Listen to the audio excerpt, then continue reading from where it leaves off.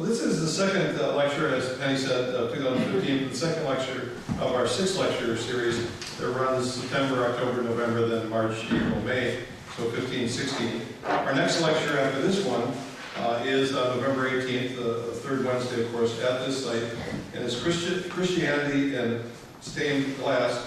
Reverend Dr. Lynn Alcott Kogel from Grosse Memorial Church will be talking about her book, which examines the extensive stained glass windows at Grosse Memorial Church.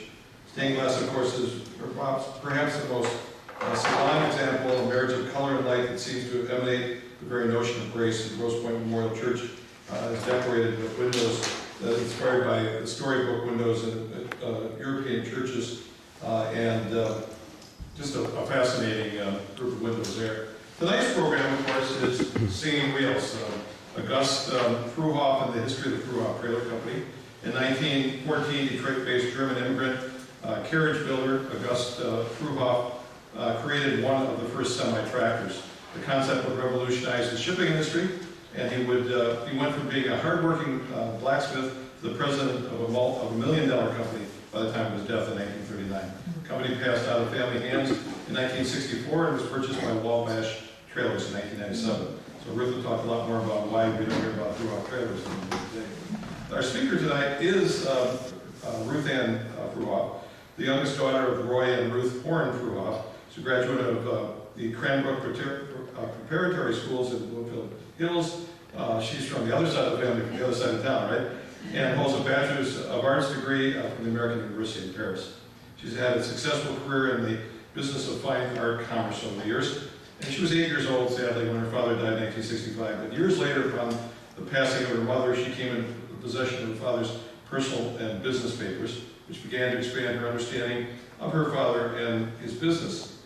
Encouraged by the enthusiasm and interest of friends and motivated by the answer to the persistent question, what happened to Fruehauf Trailer, Ruth has been working on this book project that tells the story of Fruehauf Trailer, her grandfather and father, for several years. At present, she lives in Mariposa, California, in a small ranchette, right, with a menagerie of pets, livestock, and a fabulous view of the Sierra Nevada foothills, and visits the nearby Yosemite Park as often as she can. She's founder of the Fruehauf Trailer Historical Society. You've gotten a card, I believe, this evening, dedicated to the preservation of the history of Fruehauf Trailer Company and the Fruehauf family legacy. They've created a website, which you have on that card, as well as historical books and a traveling exhibit of the Fruehauf memorabilia and archival materials. Plans call for at least 2 additional books: Fruehauf Promotions, 1926 to 1960, and Fruehauf, the First Name in Trucking, an in-depth analysis of the company's history. Also with us this evening is Rick Newman, and he is the grandson of Otto Newman, Auguste Fruehauf's business partner. He was employed at Fruehauf during college, and along with his grandfather, father, and uncles, and he resides here in the Grosse community, so we're happy to have him. And I should mention Randy Shelton is in the back. I would be remiss if I may. I've been on the board since we acquired the Paquette plant in 2000, and at the plant, that replica of the Fruehauf semi is normally on display. So there's a few of these cars up here. Hope you'll come down to the plant, but I'll turn it over to Ruth then. Ruth, you've got the Pointe, right? Right up there for advancing the program. Thank you, Mike. That's great.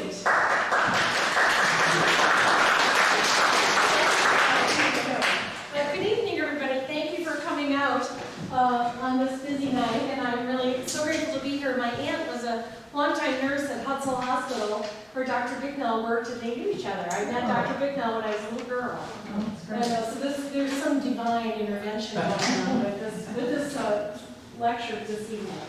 And there's Rick Newman, wave Rick, and Rick's grandfather, so I feel like we're sort of the grandchildren united, which is a lot of fun. This is the first semi-trailer. This is my Uncle Harry. Some of you may know Dick Fruehauf in the community. He's been supportive of my project. This was Dick's dad, and he was 17 at the time, and he was always called upon to demonstrate their inventions. And this is, of course, my book, which I wrote with my co-author, Darlene Norman. This is the blacksmith facility in Grosse Avenue. And notice the carriage They were building carriages and they were also shoeing horses. You know, you imagine what it was like for them with all of the automotive companies that were happening in the Detroit area.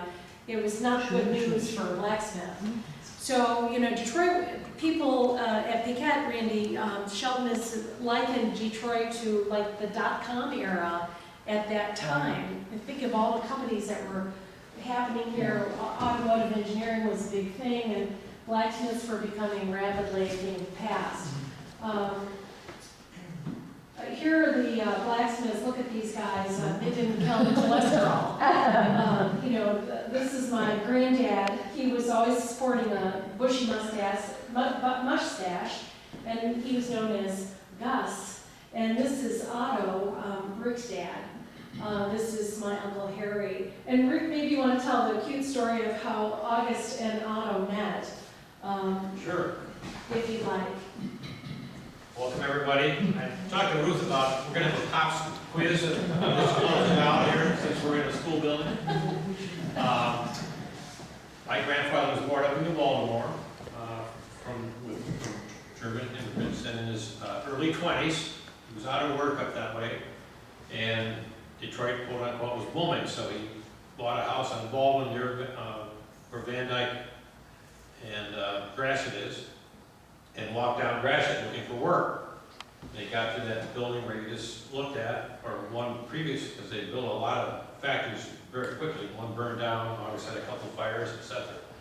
And he heard some swearing in German in the back of the shop. And I don't know if this is mentioned in the book, but anyway, so he leaned in on the fence apparently and made some verbiage back to August about, aren't you man enough to shoe that horse, or something of that nature, and I can just imagine the interchange at that point. Yes. So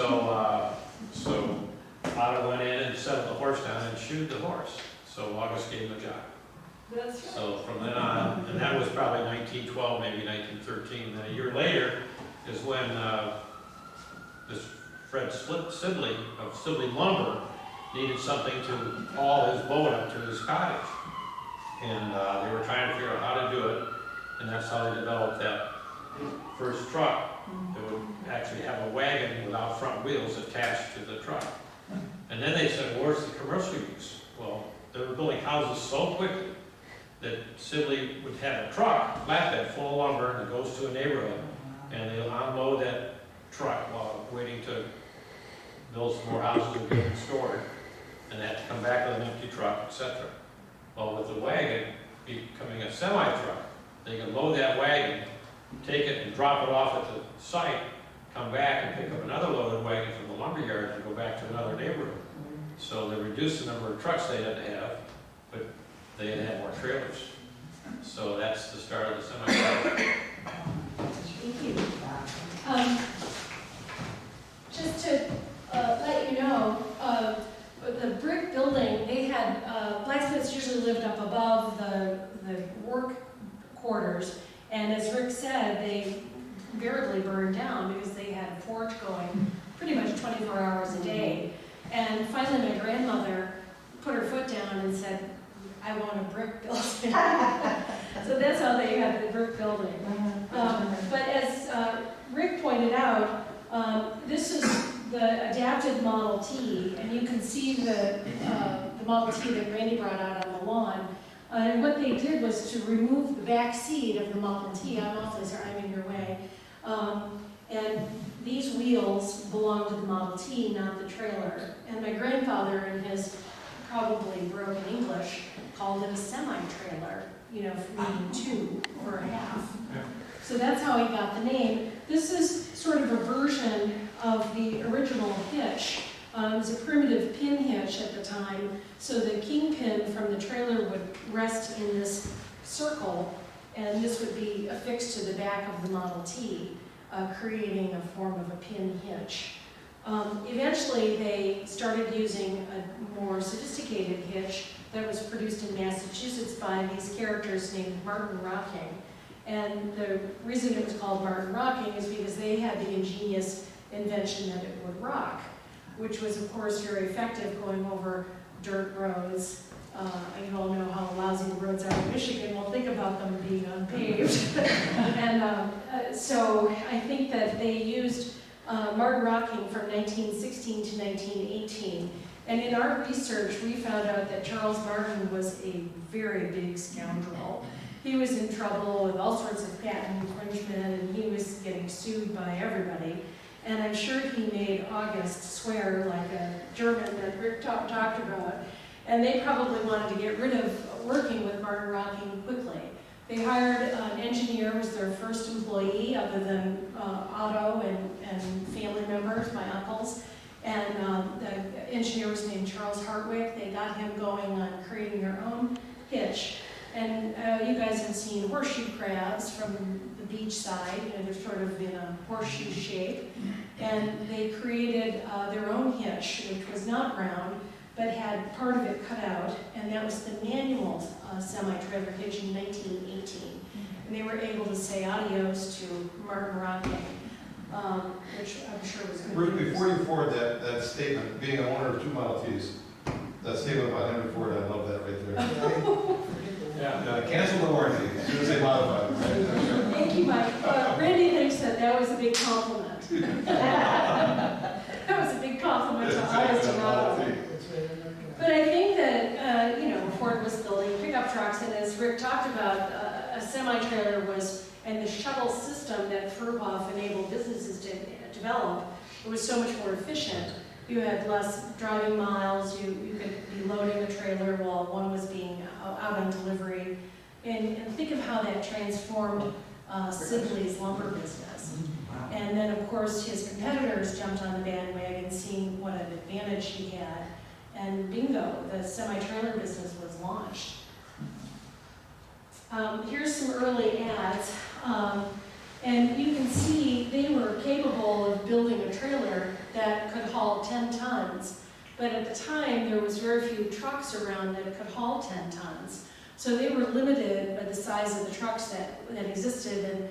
And the Model T, the Smith forming, was adapted with chain drive in order to enable it to haul greater loads. And my uncle Harvey was a firm believer in advertising and persuaded August, who was probably a pinch penny, to advertise early on. This is just demonstrating the inefficiencies of rail. When we got into World War I, it was very difficult for them to get all of the supplies and the troops from the heartland to the coast for transfer overseas.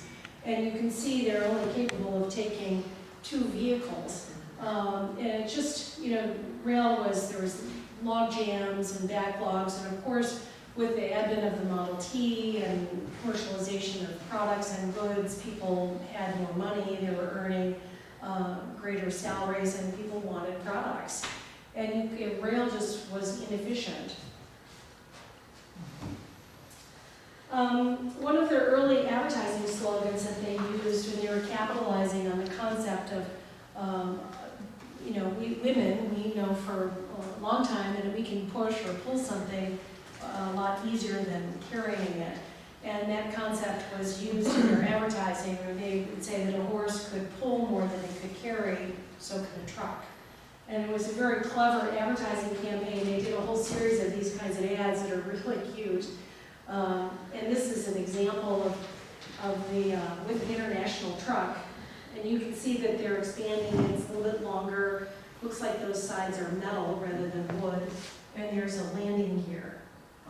But they're still pretty much, a stylized wagon. It wasn't until later that they got into the enclosed van. This is the old Fruehauf headquarters. Some of you may know Jim Nicholson, super nice guy from PBS Chemicals. And PBS is in the old Fruehauf headquarters on Harper Avenue, right near City Airport. But this is what it looked like in 1918. And in 1918, they incorporated the business. So in 1914, they invented the semi-trailer. By 1918, when they incorporated it and they did their business inventory, they didn't list a single horseshoe in the business inventory. Think about that. That's 4 years. I mean, that's just an incredible change. And we think about how quickly technology is changing our daily lives today with the internet and .com and all that, but it was the same then. And, I love all the Model Ts out in front. In 1920, a Fruehauf representative was sent to an industry meeting in Cincinnati, and they're still going uphill with the concept of the semi-trailer. And the idea of the two-wheel trailer was made the laughing stock of the meeting.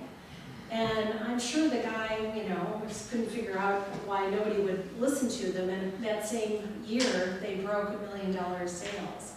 So, they had the last laugh.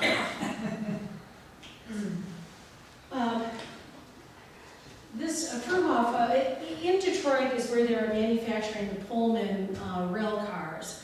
And all of the feedlots in Chicago and in other parts of St. Louis, for example, those feedlots were owned by the rail industry.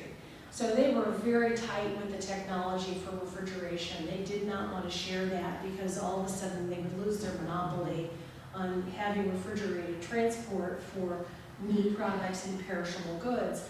But those those Pullman cars were being manufactured in Detroit, and I'm sure in those days that Detroit was a tiny fraternity, and they must have known each other at the corner bar.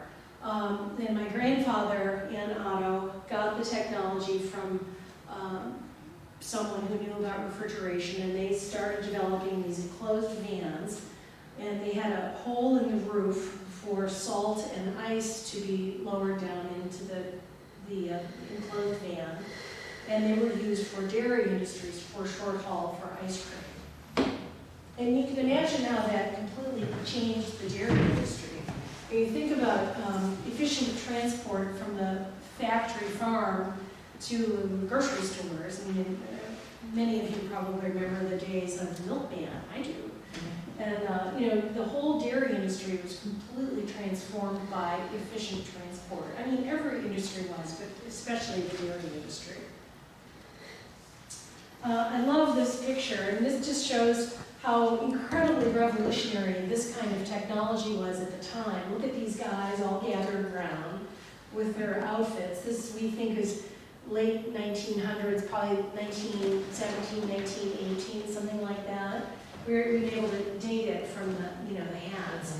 But here they're demonstrating a hydraulic lift gate, and this made national news. These photos were sent to Time magazine, although we haven't been able to find them reproduced in Time magazine. And this is another example of an early dump trailer from 1919. So think of how it also transformed the heavy hauling and road building and that kind of thing, making moving heavy equipment possible. Here's just some trailers. These are low-level carryalls. I need to use the pointer. This is the trailer, and they're hauling this big, huge metal, I don't know what it is, probably something for a building, and then a dump trailer. But moving these kinds of loads and this kind of equipment was just not possible with horse and wagon. Think of the incredible ability all of a sudden you had, efficient transport. This is a cool story. It made national news. These guys in Mexico bought a boat from Detroit and transported it using a Fruehauf trailer. I just thought that was a cute story. And this is a really neat story. Fruehauf adapted a trailer for passenger use in Belle Isle.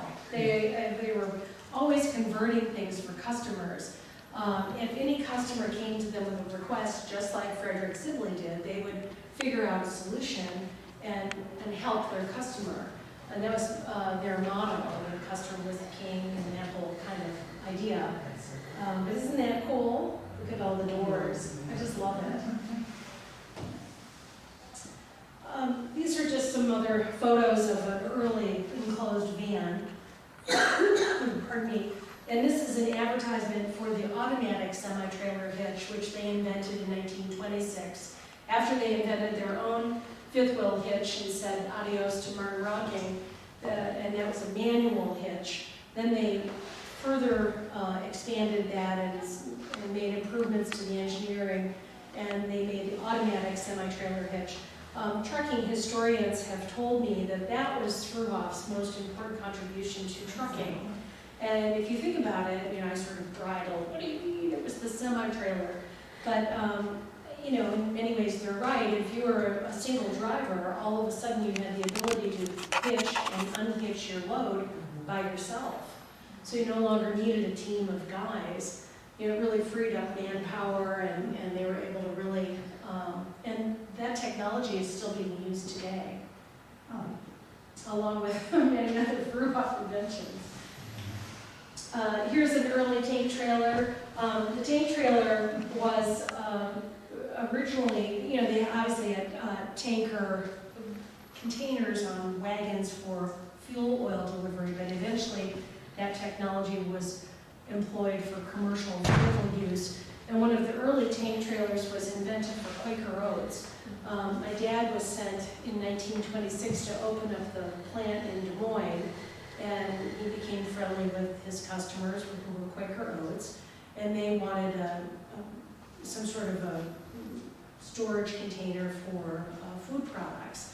So they invented one of the early tanker trailers for Quaker Oats. And then eventually they adapted it for fuel, petroleum products and chemicals and dairy and things like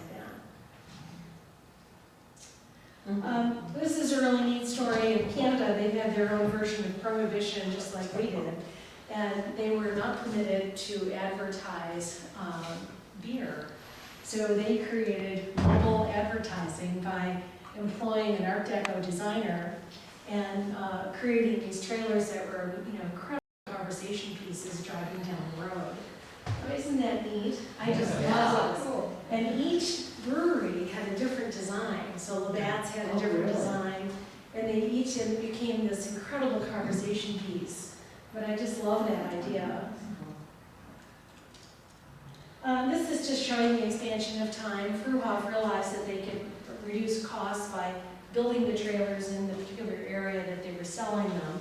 So they opened Chicago in 22, or maybe even before that, and then they opened up Des Moines and then St. Louis, and Atlanta, Texas, California, and they started expanding into various parts of the United States with plants, and hiring you know, local guys, and they would, if they wanted to go into a particular market, they would try to identify a trucking concern or some sort of an assembly facility where they could partner with them, and that's how they entered Baltimore, for example. They bought Warner Trucking, and in Atlanta they bought Carter Trucking, and in Texas they bought Hobbs.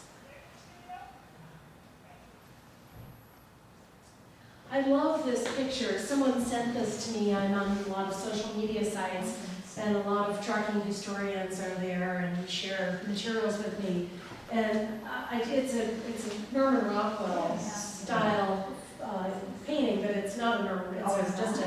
It's a ripoff, unfortunately.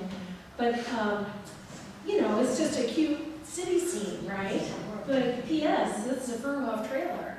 So Fruehauf was becoming like Kleenex. You know, it was just ubiquitous. This was their classic design when they started making these vans. It was rounded front, and then the widow's peak with an F right there with the triangular logo, and like this triangular logo.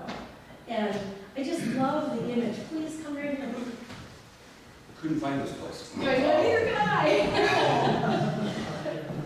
They moved it. They moved it down back out.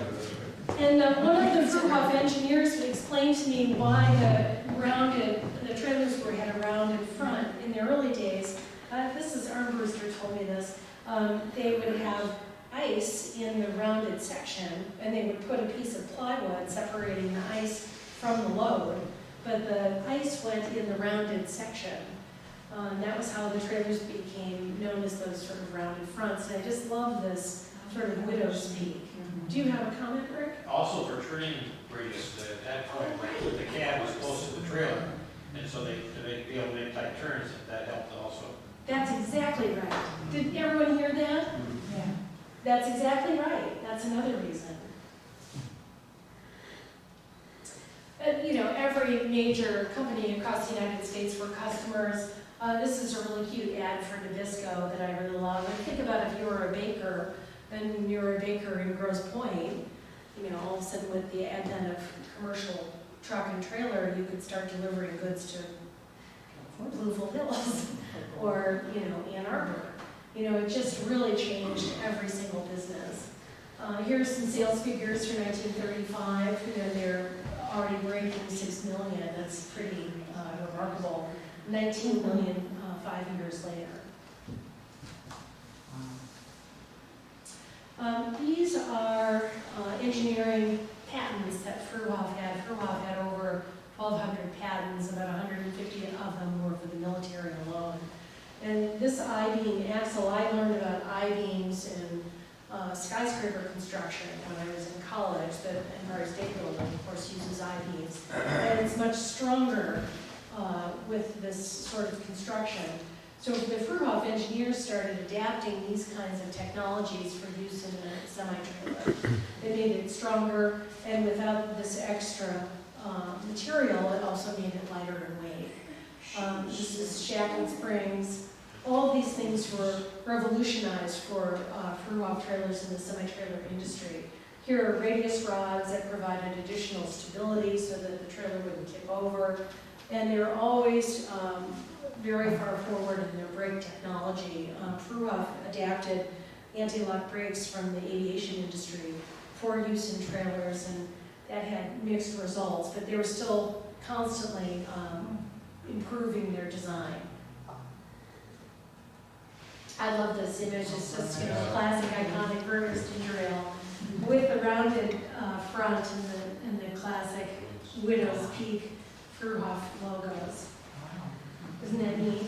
I love it. They're also making smaller trailers for use with a driver that have a daily route, for example, in an urban area for bakers or for beverage companies.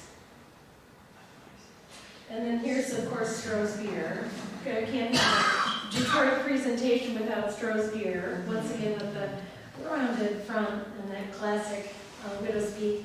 You see the undercarriage, how that's changing. Here's the landing gear. And Randy, are those pneumatic tires, or are those still the hard rubber tires? Pneumatic, yeah. Maybe some of you know why they had hard rubber tires. If you think about the roads where you had a lot of horse and wagons, there's a lot of horses who were losing horseshoes, and of course tires would be punctured with horseshoe nails. So that was why they used hard rubber tires. And you know, really keep in mind that most of the roads were not paved yet. So they're really dealing with rough conditions. This is a vehicle that they designed for the military, and the testing photographs that I have of this trailer are really interesting. Or they would immerse them in water, or hoist them on cranes and drop them and see if they would stick together. And for the Army, who really needed to go anywhere to transport, for foodstuffs, for ammunition, for communication centers, for mobile hospitals, for any number of things. Rick, tell the story of testing the early containers. That's sort of neat. Maybe you'll do that when we get to the container section. That's sort of cool. But all of these trailers were put through a lot of testing, rigorous conditions, and so on, so that they would withstand tough conditions. Here's some ads. Fruehauf partnered with a lot of very high-level defense contractors. They were partnered with Bell and Howell, communications trailers, or Pratt and Whitney, Chrysler, when Chrysler was working on radar units, Lockheed Martin. And here you see a trailer with airplane wings, and here they're loading munitions into the back of the trailer. These are examples of some military trailers that they invented. This little General was small and nimble and could be moved by a couple of guys so they could position the anti-aircraft missiles. They also had these little trailers for searchlights. So if you were out in the middle of nowhere and you needed light, they would be able to direct the light. And here's a low-level carryall that was capable of carrying, heavy tonnage. And the military gave a lot of these things, very clever, cute names, like Matador. These trailers were done in collaboration with Chrysler, and the radar units Chrysler was building, and they needed a support device for the radar units.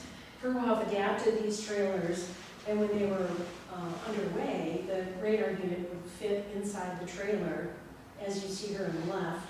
And then when they needed to have the radar out, they would put them out and they would ride on the top of the trailer. So these were all done for World War II. And keep in mind, many of you know about the Arsenal of Democracy and how Detroit became the manufacturer for World War II, basically. Fruehauf also had examples of Grosse the Riveter. Here are women welders at the Avon on Lake plant in Ohio, and this was for the Korean War.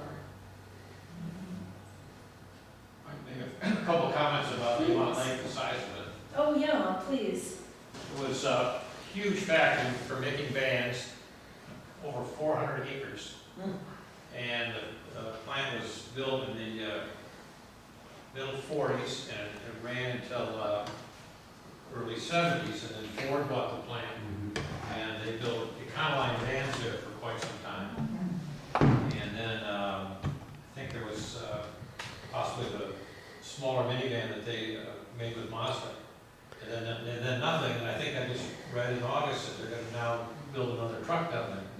So that plant that was built way back when for Fruehauf Trailers is still in use, obviously modified and modernized. And at the time, Rick, wasn't it heralded as one of the most sophisticated plants of its time? Exactly.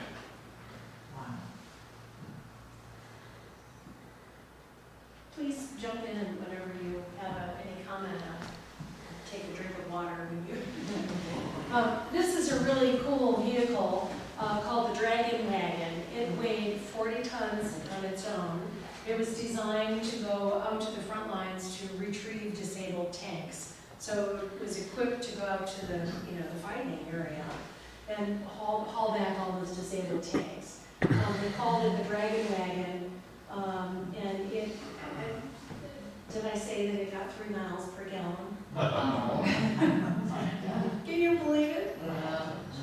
And these are collected by military historians. I was just having breakfast this morning with a military historian who had all these engineering drawings for Fruehauf, which were really amazing. But it's like an incredible vehicle. I love this. This is a military post office that they created in partnership with a company called Fagel Motor Coach. And Fagel was based in Oakland, California, and they would build these sort of bus-like coaches, and then Fruehauf built the trailer portion of it and modified the interior. Isn't that cool? It was little cubby holes for everyone's little mailbox. I just love the idea. They also made bookmobiles and some really neat trailers. Fagel was eventually purchased by Peterbilt, and now Peterbilt historians are doing a lot of work focusing on the history of Fagel Motor Coach. I love this picture. I found this in my dad's archives, and they obviously the Air Force required tarmacs that were free of any kind of debris for the sophisticated jets. And this is a product that they made in collaboration with Coleman Vacuum Cleaner to keep the tarmacs clean. Here's Carol Merrill with her little vacuum cleaner. I love it. Eventually, a version of these became the Zamboni, which is sort of neat. And isn't this hysterical? I really thought that was funny. It's like ridiculous. These trailers were used during the military, during World War II, and then they were eventually adapted adapted for civic use during the Cold War. Many of you may remember in the 50s when we were all crawling under desks and having bomb raids. All my friends' parents were building bomb shelters. These were used for civic use. This is for Chicago. And they would have communications ability in the event of any kind of an airstrike. And you see the operator stations with the little telephone and the chairs.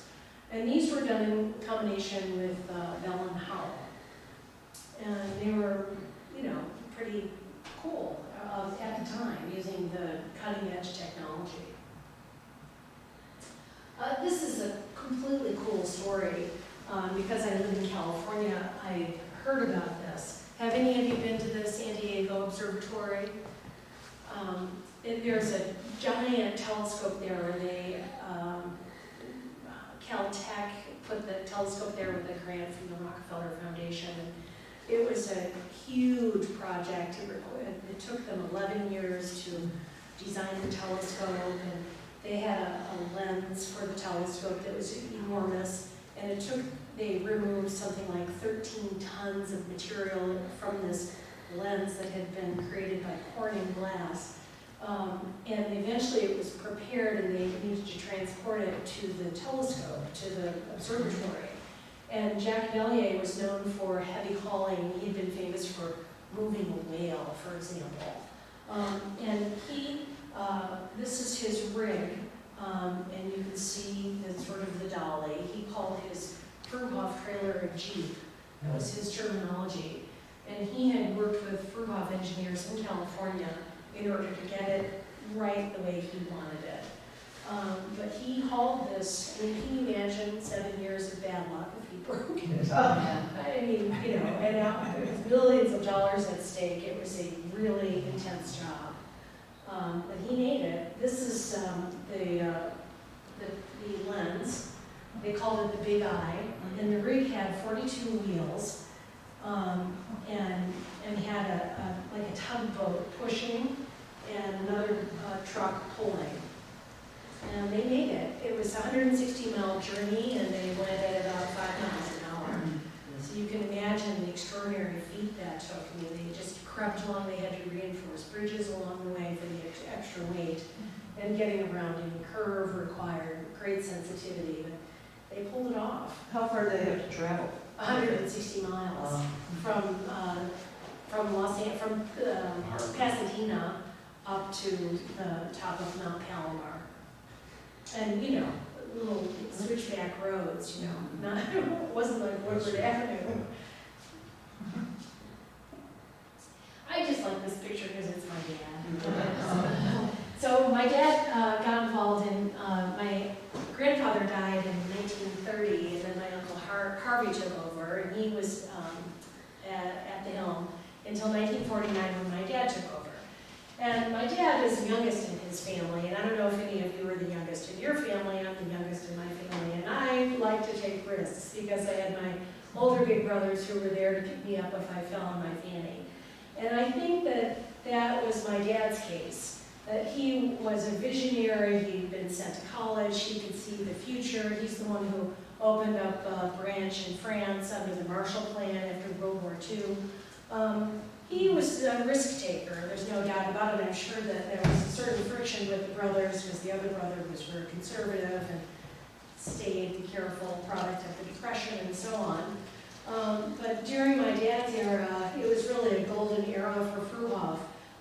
You can see the sales figures are at 152 million. It's pretty extraordinary at the time. They had 9 plants, 80 branches for sales and service across the country. So if you were a trucker in, I don't know, Louisiana, you were not far from a Fruehauf branch.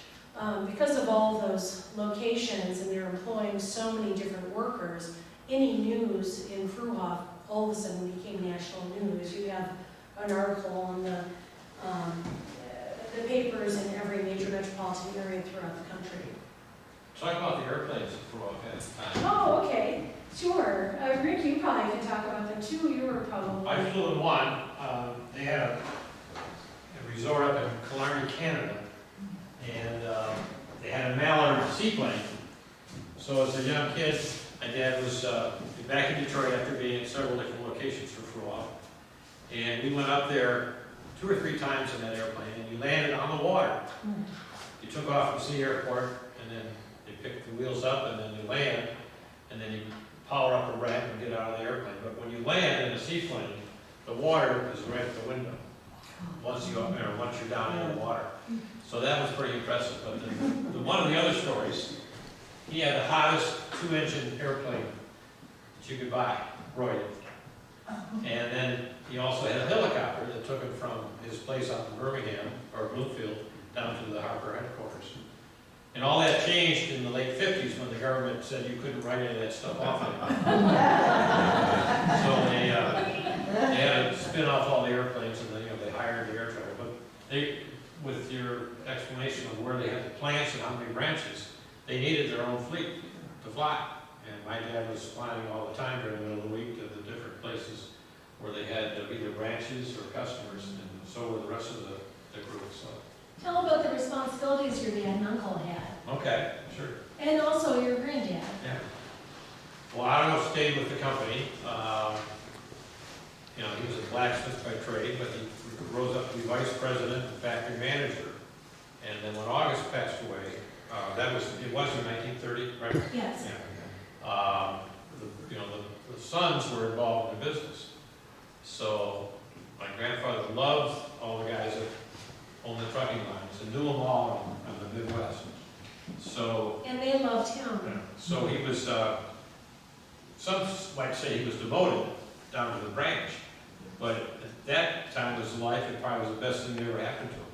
No more headaches about financing, no more headaches about any sales figure except his own, and so that's where he finished his career in selling trailers, and he passed away in 1948, so I really didn't know him when I was 3 at the time, but for us, a lot of great stories. He's a wonderful family man. He built a lodge up near Lewiston, Michigan. He had 5 children that was big enough that they could all come up and enjoy that. So I'm fortunate enough to still be involved in that place. And it's a great story. So my dad ended up being executive vice president and left the company in '68. And I worked for 2 years during my college years in the testing department.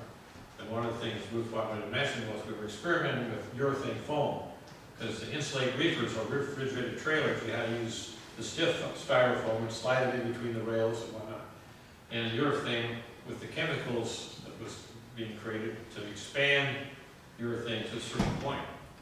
So they were working on that one summer when I was there. They were trying to figure out how fast they had to have that stuff grow to not blow the sides of the trailer out, not to come out like a volcano. So it took them most of the summer to get the right chemistry, because they had down at Avon Lake, they had to pour it in automatically with the right chemicals, with combination, so that thing would come right up just at the top of the trailer, so that when they put the roof on it, it was all sealed. So that was fun. And I ran a dynamometer. Now, this is not the kind you hook up an engine to, like to build a hot rod. This was a dynamometer that a trailer could sit on. So they had, still, in fact, the building where it was in is still existing on Harper. I'm sure they pulled out all the equipment. So this was a large room with big drums that could be independently driven by 2 electric motors, and they were eccentric. And they had several different rollers, but most of them were eccentric. So you could make the trailer bounce back and forth, or bounce as if it's going over a rough road equally. And it was sort of like something out of Star Trek. So I had this big control panel with these 2 dials that could control the speed and the timing and that kind of thing. And how they let some college kid run that thing, I don't know. But I figured it out after I was there a couple of days, because it was so loud, you had air protection, and so boring. Unfortunately, nothing happened. It was a problem. So You were Mikey. yeah, Let Mikey do it. that's right. So and I have some blacksmith tools. In fact, some of them are down on display at the Historical Museum. The factory manager at Avon Lake thought a lot of my dad, and he created this great big, it was taken apart so they could just put some of the tools in it, but there's a big board with all the different tools that blacksmiths use, and he chromed it, and then a little memento that says, in honor of your father, to Fred Newman, because I think Dad settled a strike. There was a big strike down on Avon Lake in the middle 50s, and I think my dad was able to get that settled to both agreements, and the factory opened back up. And so there was a lot of great history with Fruehauf, and a lot of people that came to the museum for the introduction of the exhibit had worked for Fruehauf up till they closed, and had a lot of good comments to make about some of the things that they did.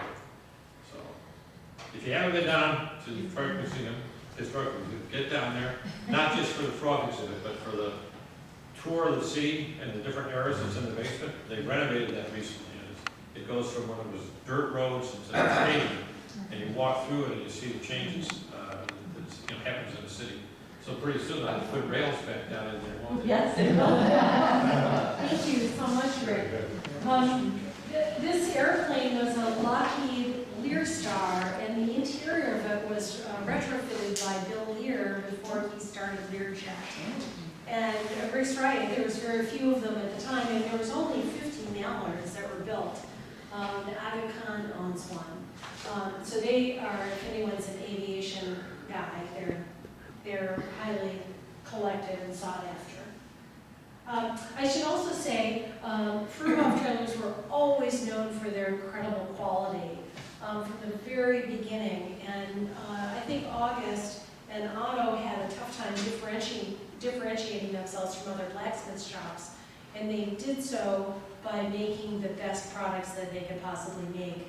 They brought all that German skill and craftsmanship, and they really became known. I mean, they wanted to call a Fruehauf trailer Hercules, and the name didn't stick because everyone thought of them as Fruehauf, because they knew that August Fruehauf and Otto Newman stood for something that was quality and something that they could trust, and that's how the name, caught on.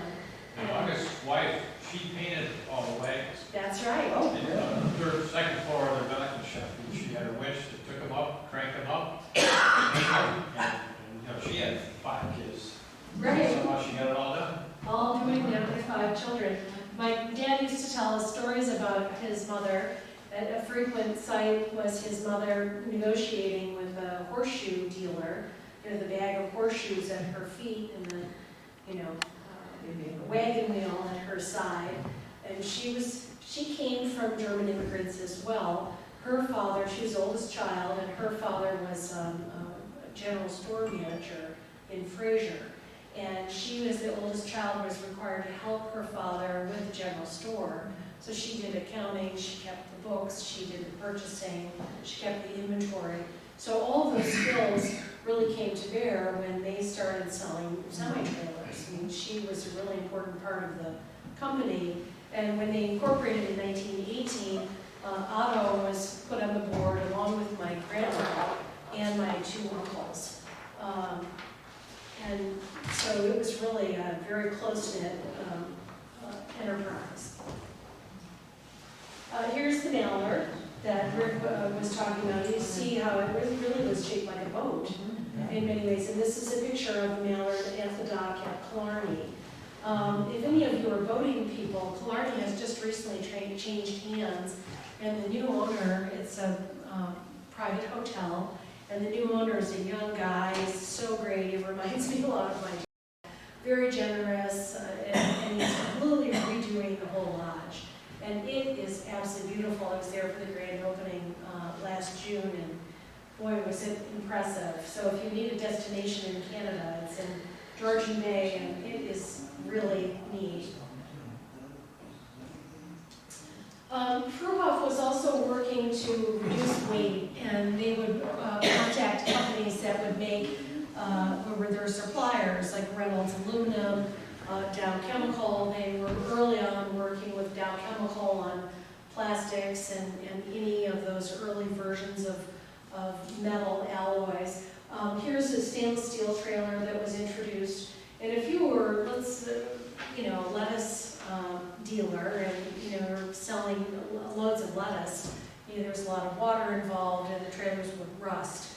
So a stainless steel trailer wouldn't rust, and the stainless steel trailers are still around. Earlier last week, I went junkyarding with a pair of Fruehauf enthusiasts, And we were climbing through brambles and blackberry bushes, and we found about half a dozen stainless steel trailers that were in the junkyard. And it was so much fun. We were crawling around underneath them and identifying some of the undercarriage. It was really fun, but the stainless steel trailers are still out there. And this is at a rodeo. This is a barrel racing. So they introduced the stainless steel trailer at a rodeo, which I think is comical. Rick can also talk about this, the container. They were doing things called piggybacking and fishybacking. And I remember this vividly as a little girl because I thought that meant that I was getting a piggyback ride from my father. But of course he was talking about trailers. And their idea was to take the chassis, the trailer, and the box and put it on the boat or put it on the rail car. And eventually that changed and developed into the shipping container. Here you see the loading dock with the idea of the chassis and the boxes. This is eventually what happened. And here you see the trailer with the chassis being loaded onto the rail car.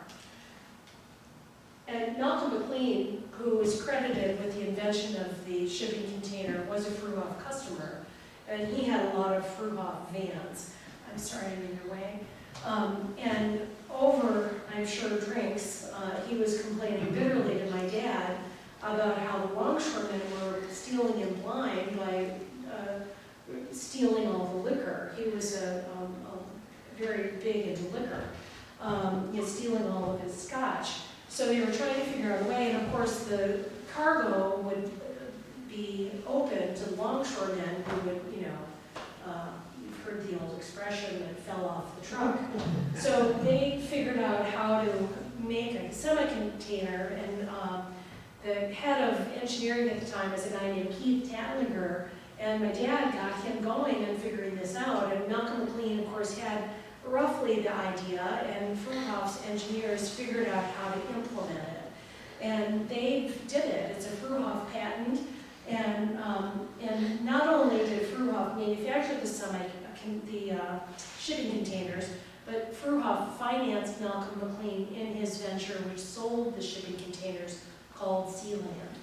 And I didn't know this. I mean, I was stunned to discover that. And there's a book out called The Box, which was written by a Princeton professor who talks a lot about the shipping container. And I mean, that really transformed the shipping industry.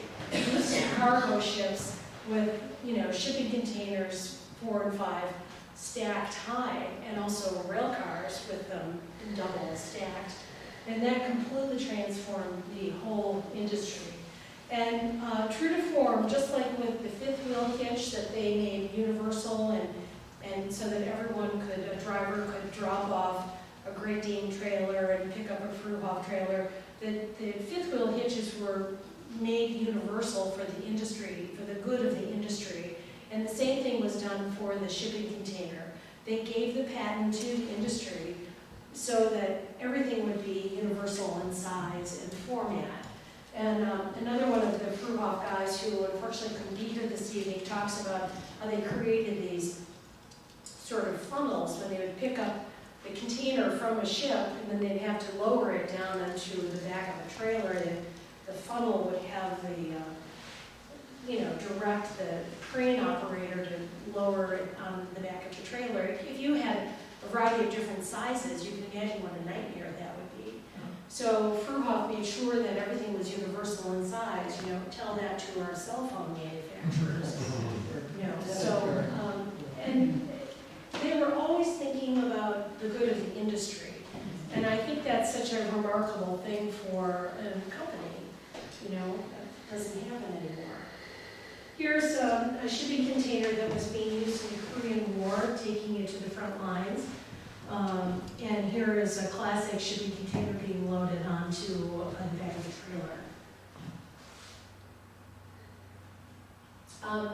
This is a trailer that was used in logging, and because I live in California, I've been hearing a lot of cute stories from some of the logging guys. Can you even begin to imagine the incredible weight that these logs, it's just incredible tonnage. And also very difficult to haul that kind of a load because it's unstable. It was very difficult in the logging industry. Fruehauf invented something called mountain cooled brakes, and for guys who are coming down steep grades, sometimes the brakes would catch on fire, and particularly if you had a driver that was a novice driver and didn't understand about downshifting. So they created these mountain cooled brakes so that there was a reservoir of water, and they could turn the water on and it would cool the brakes as they were on their descent. And a trucker told me that there was a sign at various grades that said, if you haven't turned on your water, it's too late. So I've heard a lot of very cute stories from some of my audiences, and by the way, if anyone has any comments, please, don't be shy. And here's some trailers that were adapted for use with livestock, once again at the request of customers. This is the poultry Pullman, which I think is hilarious, for chickens, and here's for cattle and sheep, and here's a cow. And once again with the classic Widow's Peak. I just think they're so beautiful. I love the design. And here are just some customers. They were selling trailers really to just about every major blue chip company in the country at the time. Here's my dad with Henry Ford. This photo was taken at an industry event in New York.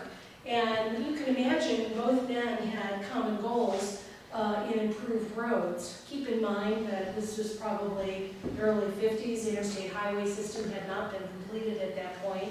And if Henry Ford had improved roads, he would sell more cars. And if there were improved roads, they'd sell more Fruehauf trailers. So they really had a common goal. And eventually, this was always the siren song, particularly for Fruehauf trailers, because, well, think of it, after World War II, most of the roads west of St. Louis weren't paved.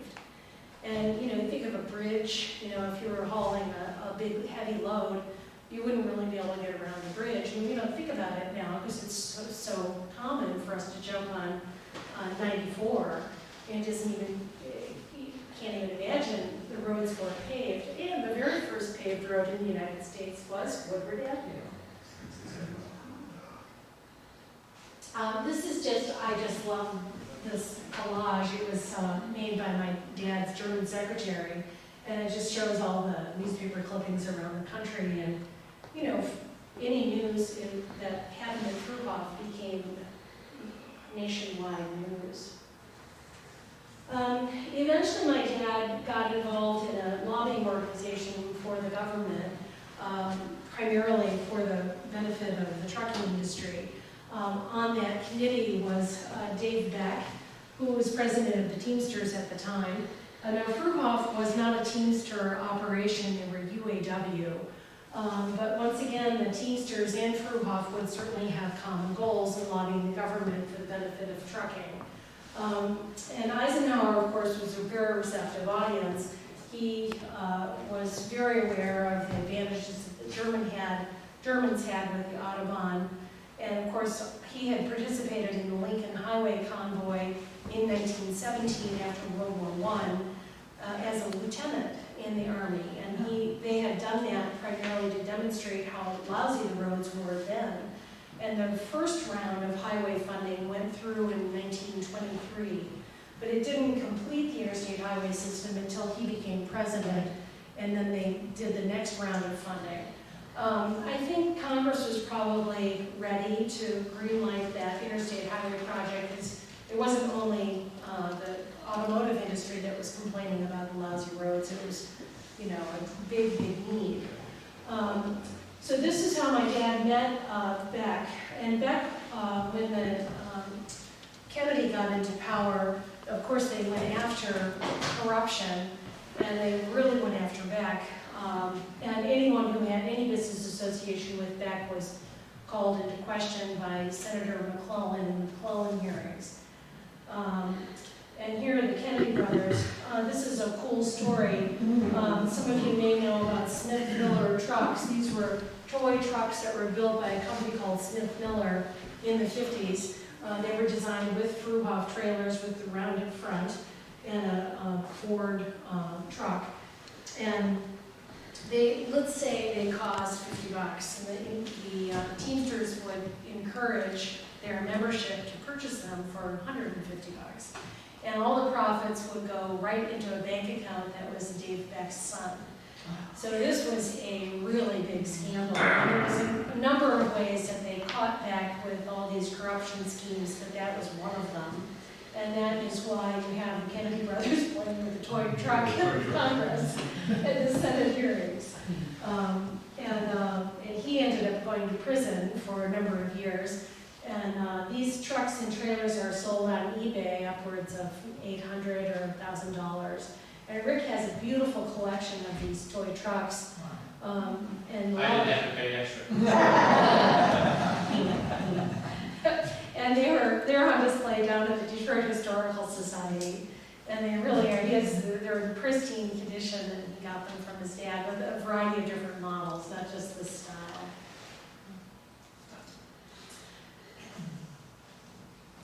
Fruehauf was constantly improving and expanding their engineering design to accommodate their customers' request for lower weight.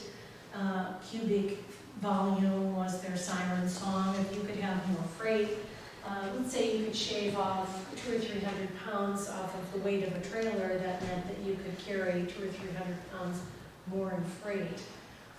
Here is a tandem trailer. And you can see that the rounded front is starting to be reduced. It's sort of almost rectangular with just rounded edges. And they're also starting to apply what they call bridge technology. When you go over a bridge, you see those sort of cross members on the side. They were using all of that applied technology for a van to make it lighter and stronger.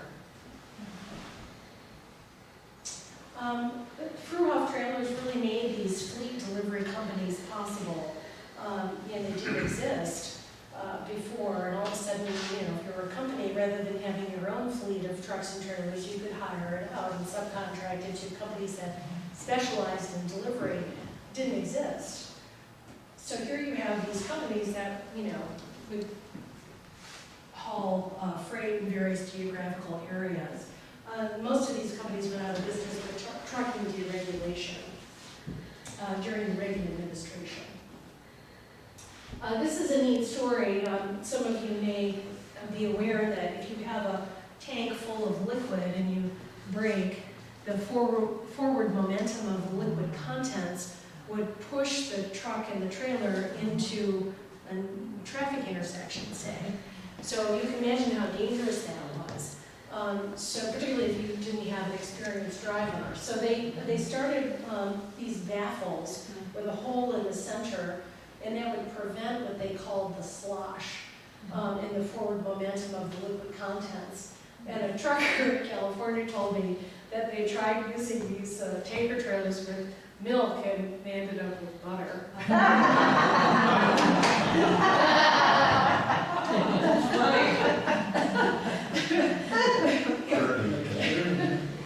thought that was a scream.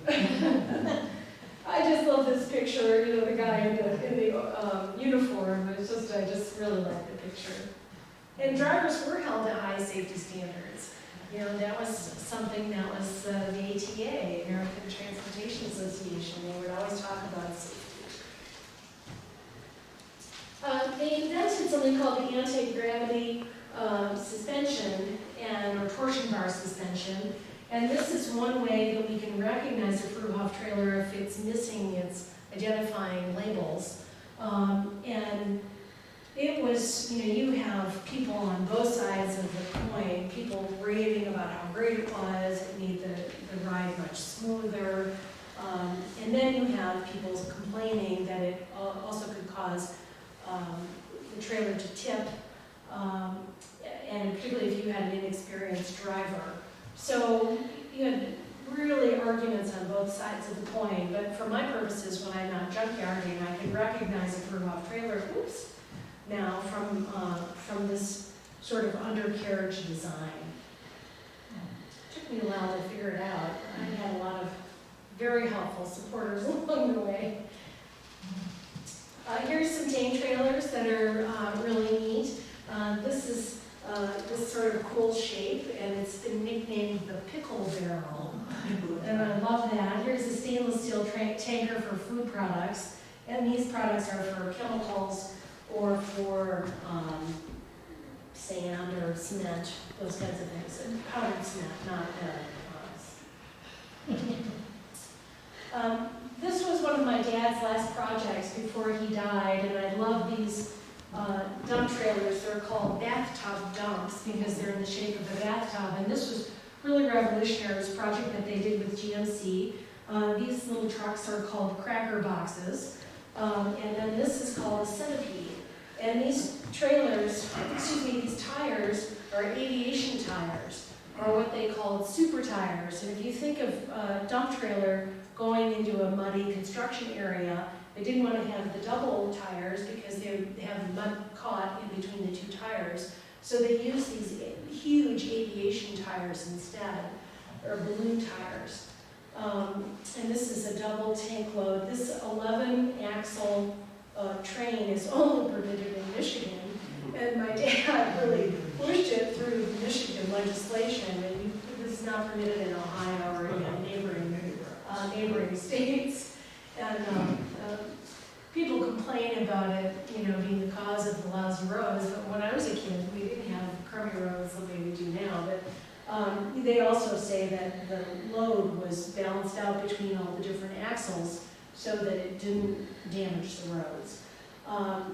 This is a cute story. One really hot summer in downtown Detroit, they took some of these dump trailers to the local YMCs in Detroit, and they filled them with water, and the kids had swimming pools.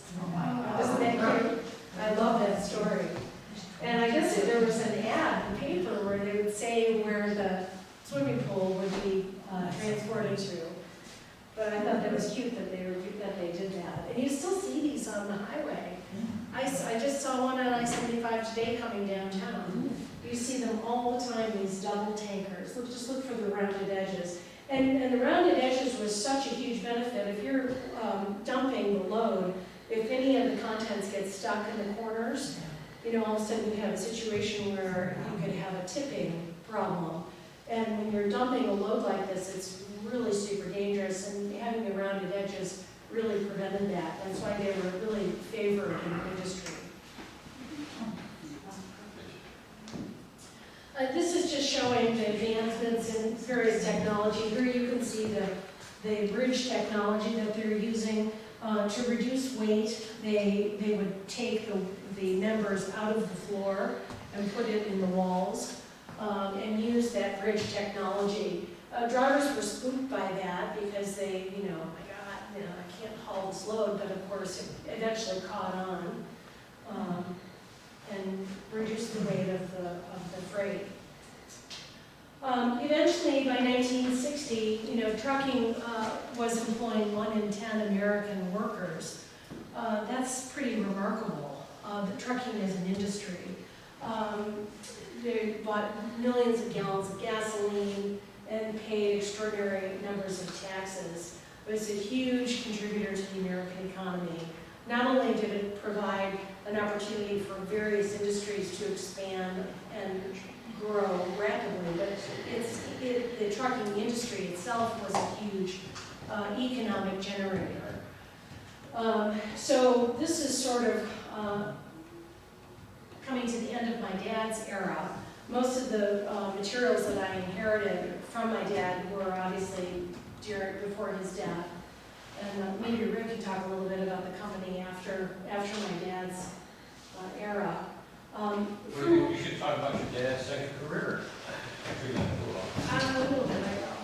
Fruehauf would acquire companies and going into other businesses, and they bought Kelsey Hayes, which was a big brake manufacturer.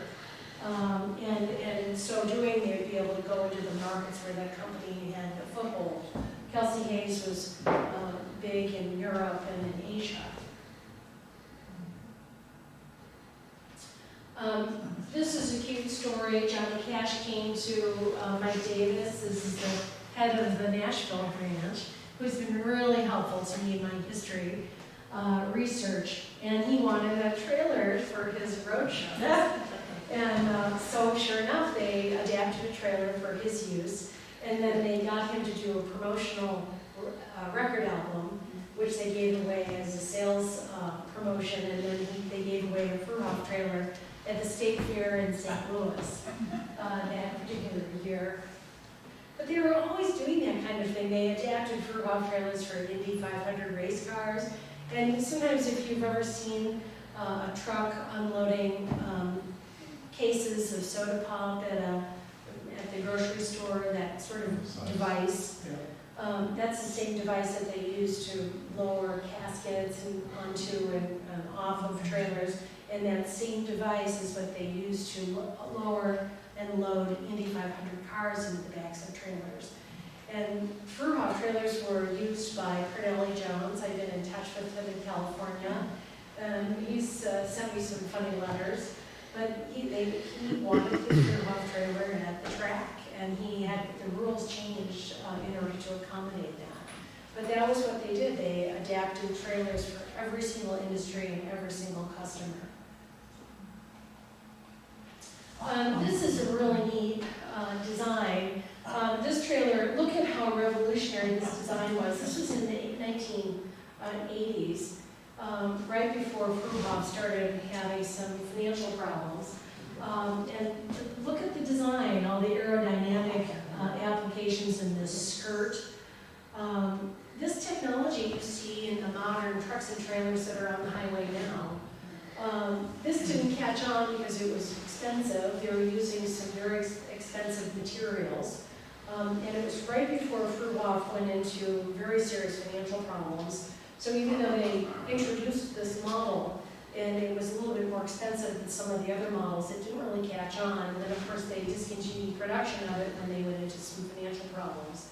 But look at how forward thinking, it's incredible. Thank you, I was very. So, Fruehauf was not managed by a family member, even though the Newmans were there. They couldn't prevail against the shifting patterns of executives who were motivated by self-interest, in my opinion. They were fighting off a Wall Street takeover by a man named Asher Edelman, who came in. The company was undervalued, so it was a good target for a Wall Street guy. In order to fight that attack, they bought 100% of their stock back at very expensive premium prices, and they incurred a huge amount of debt. They couldn't sustain it. They were not able to make their cash flow. In order to make cash flow, they started selling off chunks of the company, and rather than selling off the dog parts of the company, they sold off the most valuable parts of the company, parts of the company that were actually making money, like Fruehauf Finance or Kelsey Hayes was sold at that time. You had a sluggish economy, and they just couldn't make ends meet. The company limped along for another 7 or 8 years, and finally in 1997, the company was sold in bankruptcy to Wabash National out of Lafayette, Indiana. Wabash makes a much inferior trailer. I don't think that's disputed by anyone. And I think it's probably a good thing that they discontinued production of Fruehauf trailers, because Fruehauf was known for quality products and Wabash was a completely different product. I've been told by some Wabash insiders that they really wanted the distribution channels that Fruehauf had, because at that time Fruehauf had 18 plants and probably well over 150 sales and service centers. A lot of those they sold off, but many of them they kept, and they're still in operation. I see them around the country as I've gone doing my presentations at various, in St. Louis, for example, or Denver. But it was the end of a great company. I mean, it's a trick that we had this incredible company, and it was so badly managed that it went out of business. So that was the end of an era. And I love this pictures because Mike Gully is a fleet guy out of St. Louis, and he was a die-hard, long-time Fruehauf Trailer customer. And they also had Freightliner trucks, and every time I see him, he starts literally, this older gentleman starts to cry at the demise of Fruehauf. He still has a lot of Fruehauf trailers that he has on the road, and so much so that he sends them to Arkansas to this guy who retrofits them and repairs them and keeps them on the road. And they use this recycled logo that says that this Fruehauf trailer has been made new with recycled parts. Here's Randy's Model T that you have outside on the front lawn that he was generous enough to bring to show to us tonight. And that semi-trailer is normally on display at the Ford Piquette plant with this semi-trailer. This is a 1918 Fruehauf trailer. You see the old-fashioned landing gear and my grandmother's beautiful paint job. And if you haven't been down to the Ford Piquette plant, it is really cool. It's a cute I got the keys in my pocket. And I really encourage you to go. Randy, maybe you could say a couple words about your semi-truck outside on the lawn? Sure. The conversion is called a Smith Forma truck. So I can go over a few reasons that I believe it was chosen as the first semi-tractor. You know, the Model T was readily available by 1914 at a fairly inexpensive price. The Smith Forma truck company had a conversion that was made to make the Model Ts into heavy trucks. So they've added 3 sets of springs to this vehicle. They've added a double frame that goes all the way to the front. So it was a very large set of 14-inch brakes. So Model Ts are often known for not having good braking systems. So this has a very strong braking system. So these were very readily available as well, the Smith Forma truck conversions. So it had been a good choice to begin trying this new technology out, something readily available and low cost. And you see the chain drive right there. Yes. Which gave it additional power. I didn't mention that. That was How for the much power truck. did they have? How many tons could they haul? That was a 4-ton trailer, I believe, from the 4 research I've done. Yeah. So I really encourage you to go down there. It's a really gem of a museum. You can, see it easily in an hour or take 3. Their guides are experts, really knowledgeable, like Randy. And it's a really neat museum. If I may, it's open from 10 until 4, Wednesday through Sunday from April through November, but seriously, I've given tours at midnight. So if you get a group of 10 people or more, we'll open at any time. So as long as we haven't done a wedding, we have 26 weddings scheduled this year. Thanks. Oh yeah, the Henry Ford's office has been replicated or recreated. There's also work being done on the experimental room where the Model T was first designed. So it was Ford Motor Company moved in December of 1904, and until they moved to Island Park in 1910, it was the main production facility, and until 1907, other than Windsor, it was the only production facility. And it's 67,000 square feet. There were people in December of 04 that told Mr. Ford they'd never filled the building. So pretty incredible. About 40 vehicles on display at any given time. Thank you. And one of my uncles worked there before World War I, Uncle Andrew. So I'm sure he was exposed to a lot of technology that he was able to share with his family over the dinner table. And didn't he get the genesis of the early assembly line at Piquette? There's a discussion whether they certainly said that on Easter weekend of 1908 that they tested the moving assembly line, but that's been disputed, so we don't talk about that anymore. Whether it really was done there. But you show it down there how it took place. Oh, sure, yeah. Well, they had the station assembly line. It wasn't really moving assembly line at that time. And then here's just an ad for my exhibition that's on display at the Detroit Historical Society through June 2016. And it's a small little gallery that they've inaugurated for the display. And on display are a lot of Rick's Smith Miller trucks and also his dad's tie pins. He got tie pins from every major truck fleet owner, and they're on display, along with the blacksmith tools and some other information. They took a lot of our photos. We worked really hard on the exhibition. I'm really proud of it, and I encourage you to go and see it. And of course, there's more information that's available free of charge on my website. So, Okay. thank